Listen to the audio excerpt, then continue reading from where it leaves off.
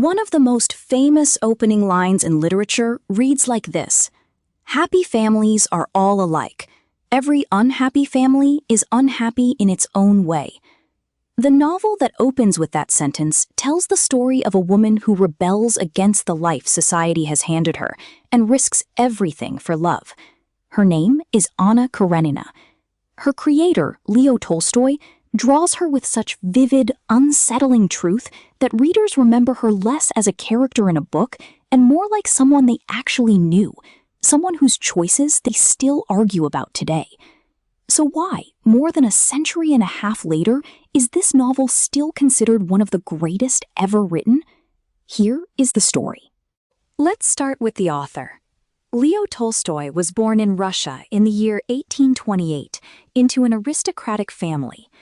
Before writing Anna Karenina, he had already won worldwide fame with War and Peace, a sweeping panorama of Russian history and society.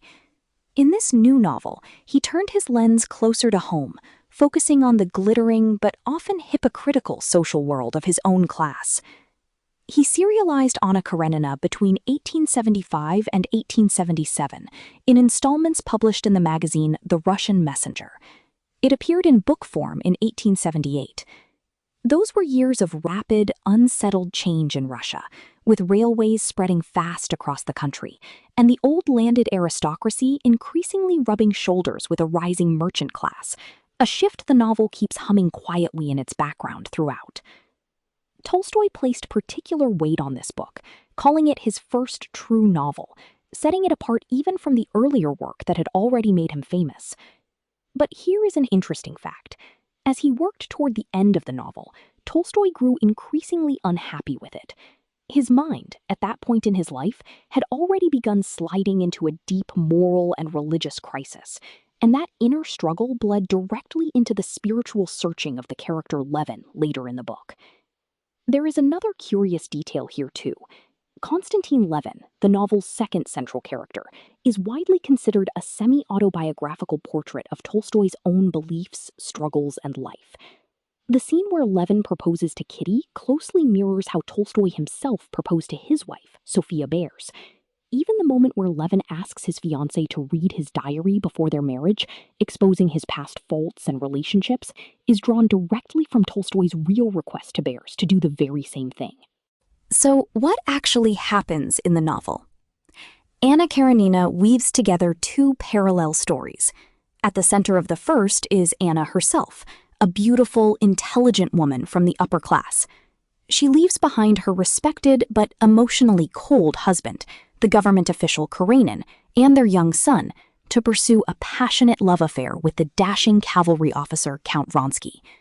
Karenin is not a cruel man, but he has never been able to give Anna the passion she craves, and he values his own social standing over her happiness.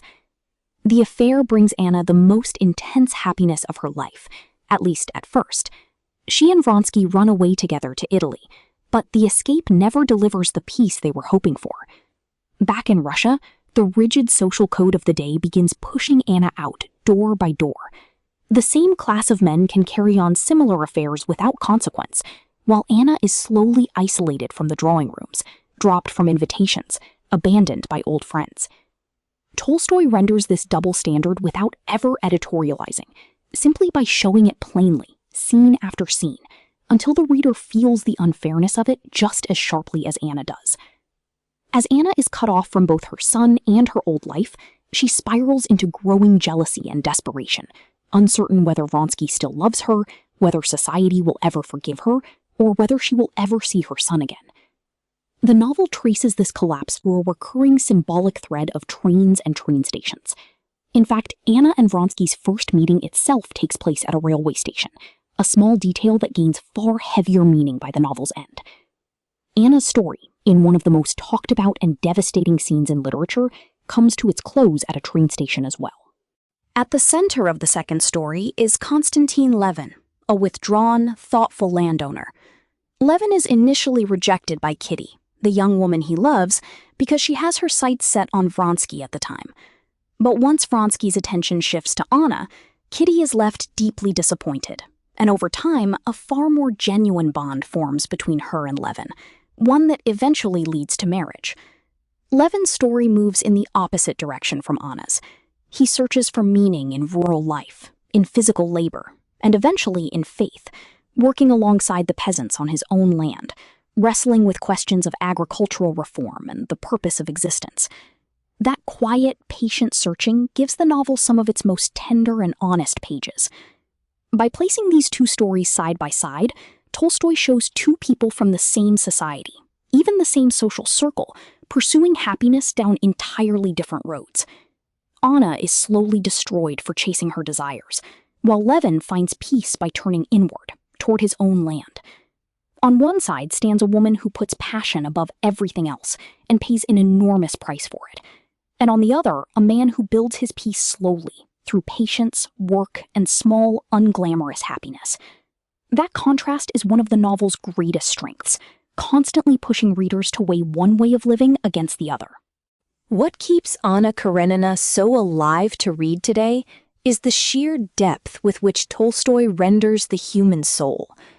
The novel never glorifies love, but it never condemns it either. Anna's passion is both understandable and destructive, much like real passion so often is. The American novelist William Faulkner, when asked once to name the greatest novel ever written, answered without any hesitation, Anna Karenina. The book also handles marriage, family, social hypocrisy, and personal freedom with a clarity that still lands for readers today. Tolstoy presents Anna as neither a victim nor a sinner, but as a fully realized human being wrestling with her own desires against the role her era assigned her.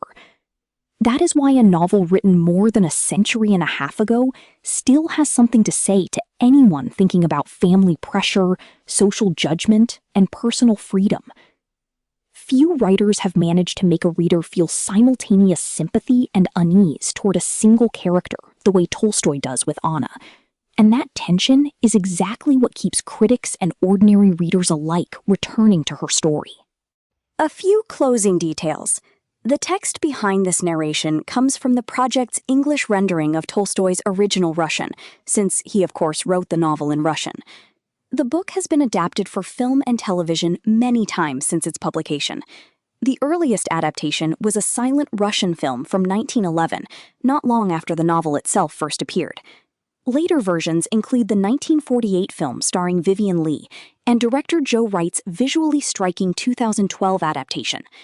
The novel has also been staged repeatedly as theater, ballet, and opera over the years, proof that it has become a source not just for literature, but for the performing arts as well, reinterpreted again and again by artists working in mediums Tolstoy himself never touched. We have covered Anna Karenina. Across 8 parts and hundreds of pages, Tolstoy builds an entire world, step by step, from ballrooms to farm fields, from glittering Moscow society to quiet country estates. But exactly how Tolstoy weaves these two parallel lives together, chapter after chapter, is something you can only discover by listening to the book itself. If you would like to listen to the complete book as an audiobook, you will find the link in the description. Subscribe so you do not miss the next book in this series. See you in the next video. Until then, keep that famous opening line in mind. Happiness may look alike from the outside, but every unhappiness tells its own story. And it is worth asking what sentence your own story begins with.